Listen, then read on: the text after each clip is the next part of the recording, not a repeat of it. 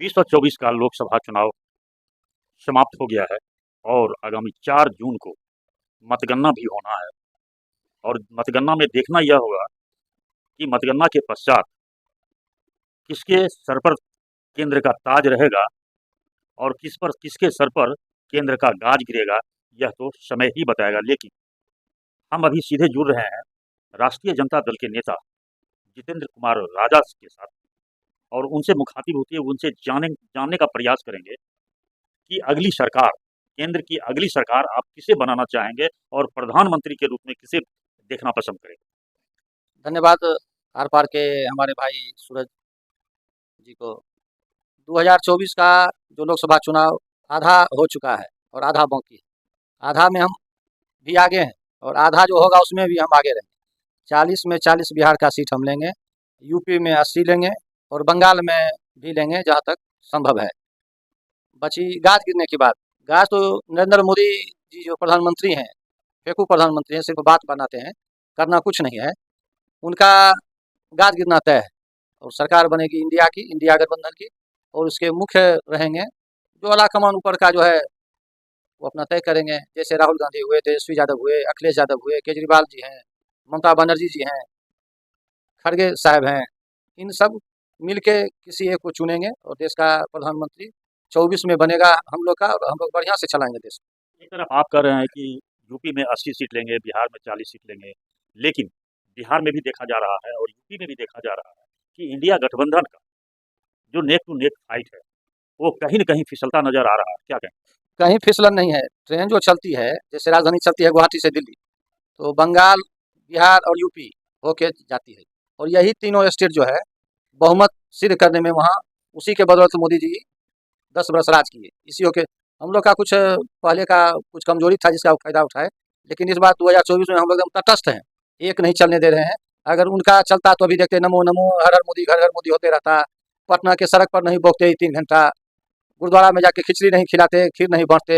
अपने पर भी इनको अब गुड फील नहीं है कि हम जीतेंगे कि नहीं जीतेंगे।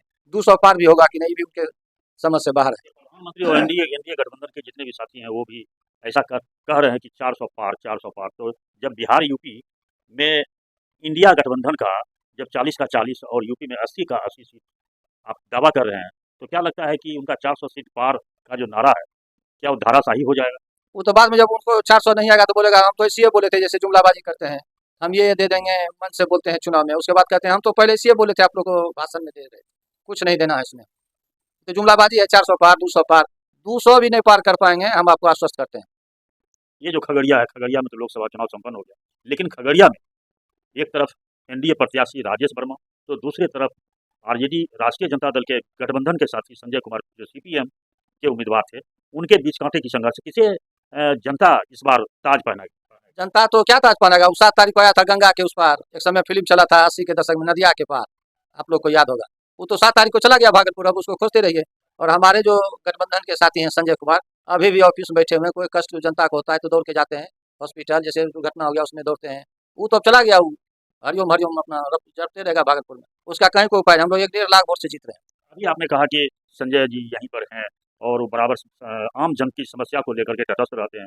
तो बीते कई वर्षों से, बीते एक दशक के पूर्व से ही किसानों के मामला में वो धरना प्रदर्शन, गरीबों के बीच 3 डिसमिल जमीन, 5 डिसमिल जमीन के लिए धरना प्रदर्शन करते आ रहे हैं, लेकिन अभी तक उनके धरना प्रदर्शन से कोई गरीबों का फलाफल नहीं मिला है। क्या कहें? हम लोग का काम है धरना प्रदर्शन करना, सरकार से मांग करना, डीएम से मांग करना, ये कीजिए ये कीजिए। अब सरकार हम लोग का नहीं है, तो जो सरकार का आदेश होगा वो लोग करता है। हम लोग धरना प्रदर्शन करते हैं। संजय जी सब दिन जमीन से जुड़े हुए नेता रहे थे और सब दिन धरना प्रदर्शन जुलूस ये सब करते रहे हम लोग। अब केंद्र में सरकार है जुमलेबाज का, वो कहेगा हम नहीं मानेंगे, तो इसमें हम लोग क्या कर सकते हैं। हम तो विपक्ष, हम तो हल्ला करवे करेंगे सब दिन। क्या लगता है कि संजय जी जमीनी नेता हैं इसलिए उनकी जीत पक्की हो सकती है?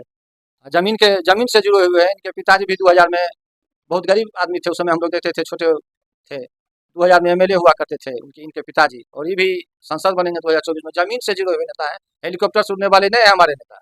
हेलीकॉप्टर वाले गए 7 तारीख को भागलपुर, और फिर आएंगे 4 को, फिर हेलीकॉप्टर उड़ाएंगे, फिर अपना चल देंगे। 1957 से लेकर के अभी तक 12 विधायकों ने खगड़िया सदर का प्रतिनिधित्व किया है, जिसमें एक जोगेंद्र सिंह भी है, जो फिलहाल वर्तमान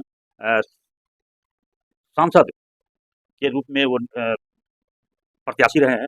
उनके पिताजी जोगेंद्र सिंह भी विधायक रहे, लेकिन उनके कार्यकाल में भी शहर का कोई जो सुंदरता होनी चाहिए वो सुंदरता नहीं बढ़ पाया और ना ही विकास हो पाया। तो क्या लगता है कि संजय जी इस संबंध में विकास कर पाएंगे? उनके पिताजी भी 2000 में विकास किए थे। हम लोग के बगल में रोड का भी देखिएगा शिलापट लगा हुआ जोगिंदर सिंह के विधायक के नाम से। ये भी काम करेंगे, मौका मिलेगा, फंड अगर नहीं काटे, फंड बढ़िया से मिलेगा तो जनता का सेवा करेंगे। और शहर का जहाँ तक बात है, शहर तो 10 साल हमारे रहे, नाम नहीं लेंगे, एक ईंटा भी कहीं नहीं लगा। हमारे दल में है भी, विरोध करना उचित नहीं है। सब काम होगा 24 जून के बाद। जनता को धैर्य रखने की आवश्यकता है। बस जनता धैर्य से रहे, सब काम होगा। क्या शुभ नाम है? हमारा नाम है जितेंद्र कुमार राजा, जिला अध्यक्ष आपदा प्रकोष्ठ राजद।